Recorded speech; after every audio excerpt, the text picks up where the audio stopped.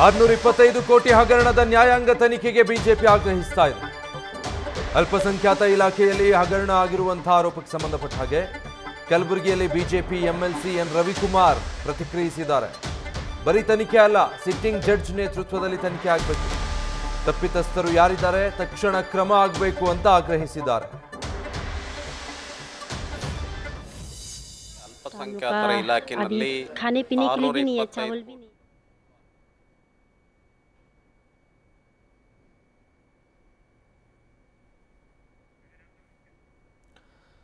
ಕಲಬುರಗಿಯಲ್ಲಿ ಈ ಬಗ್ಗೆ ಬಿಜೆಪಿಯ ಎಂಎಲ್ಸಿ ಎನ್ ರವಿಕುಮಾರ್ ರಿಯಾಕ್ಟ್ ಮಾಡಿದ್ದಾರೆ.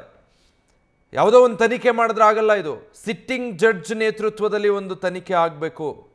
ತಪ್ಪಿತಸ್ಥರು ಯಾರಿದ್ದಾರೆ ಅಂತ ಗೊತ್ತಾಗಬೇಕು, ತಕ್ಷಣ ಅವ್ರ ಮೇಲೆ ಕ್ರಮ ಆಗಬೇಕು ಅಂತ ಹೇಳಿ ಆಗ್ರಹಿಸಿದ್ದಾರೆ. ಸುಮ್ಮನೆ SIT ರಚನೆ ಮಾಡ್ತೀವಿ, ಇನ್ನೇನೋ ಮಾಡ್ತೀವಿ, ತನಿಖೆ ಮಾಡ್ತೀವಿ, ಆ ರೀತಿಯೆಲ್ಲ ತನಿಖೆ ಮಾಡಬಾರ್ದು. ಸಿಟ್ಟಿಂಗ್ ಜಡ್ಜ್ ನ್ಯಾಯಾಂಗ ತನಿಖೆ ಆಗಬೇಕಿದು ಅವರ ನೇತೃತ್ವದಲ್ಲಿ.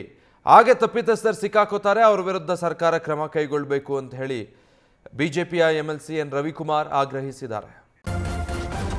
ನ್ಯೂಸ್ ಫಸ್ಟ್ ನಿರ್ಭೀತಿಯಿಂದ ನಿಮ್ಮ ಪರವಾಗಿ.